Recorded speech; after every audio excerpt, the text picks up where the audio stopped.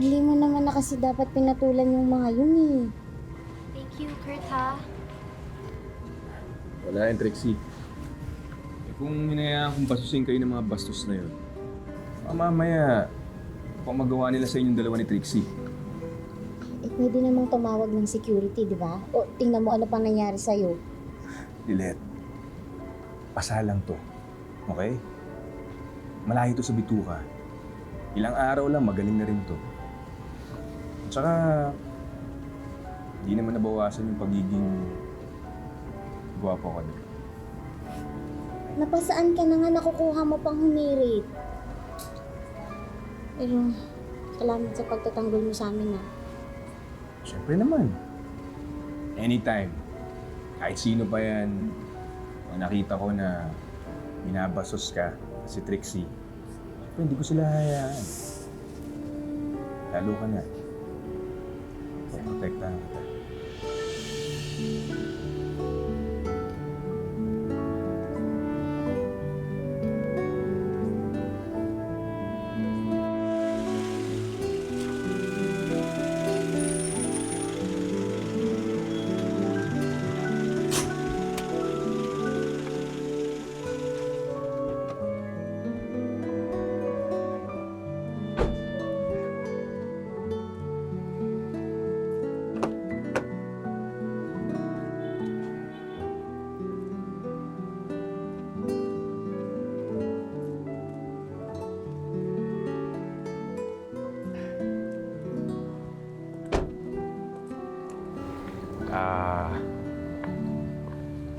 Lilet. Kurt, salamat nga pala sa paghatid ah. Tsaka salamat din pinagtanggol mo kami kanina.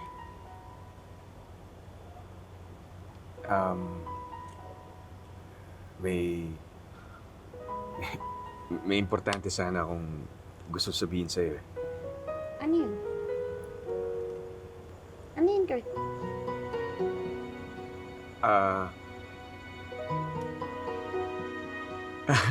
Ituloy natin yung ano, yung guesting mo sa podcast ko ha. Marami kasing gustong makitang magkasama tayo. Okay. Tsaka, may isa pa sana akong importanteng gusto sabihin sa'yo. Lilet? Kurt? Magandang gabi ho, Aling Ses. Salamat sa paghatid mo sa bebe ko, ha? Ano pala nangyari sa mukha mo? Wala po to. Sige ho, Aling Ses, mauna na po ako. Bye, Lilet. Ingat ka, ha? Ka. Sige po.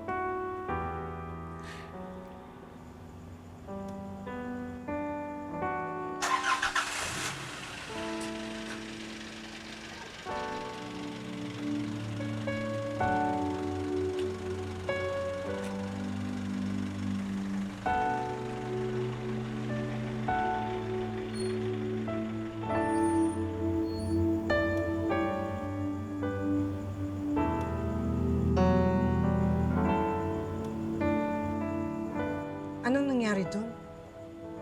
Ay, napaaway lang po, Tinang. Pero okay na po yun.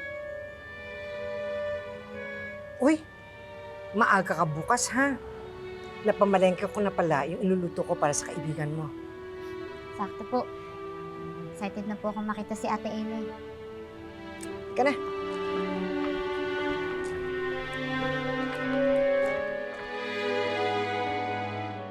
Ate, dinalahan kita ng pagkain.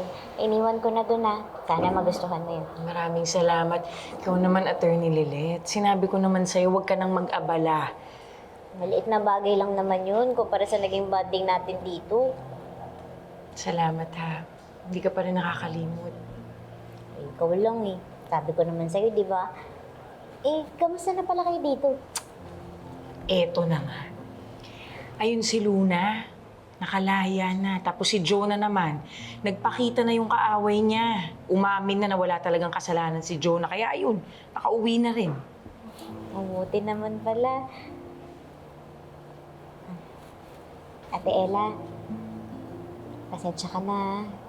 At konting tiis pa. Kasi naghahanap pa ako ng abogadong hahawak sa kaso mo eh. Huwag mo na akong alalahanin. Gugulong na yung kaso ko uli. Bakit? May abogado ka na? Ito nga kasi, pasalamat ako.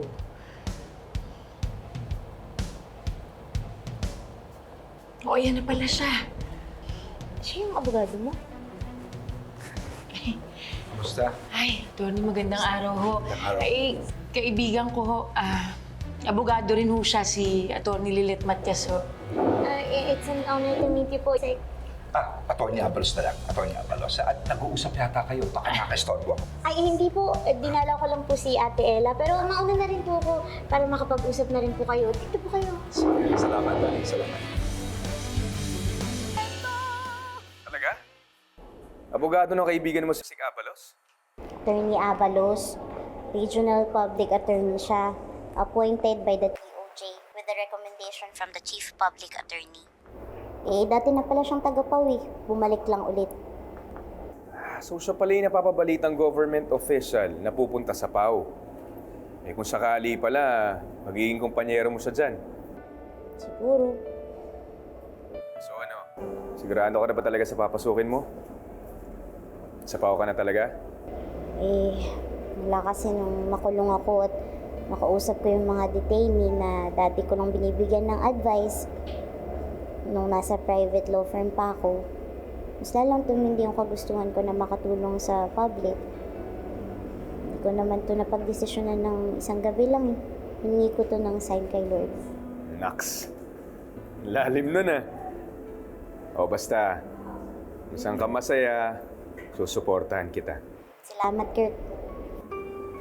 Attorney Lilet Matias, nandiyan na po yung mag-i-interview sa inyo. Okay, salamat po. Attorney Avalos, Attorney Matias is here. Good morning po, Attorney Lilet Matias. Attorney Avalos, nagkita na po tayo. Why don't we get this thing started? Please have a seat and I want to hear from you and why you believe you're fit to be a PAO lawyer.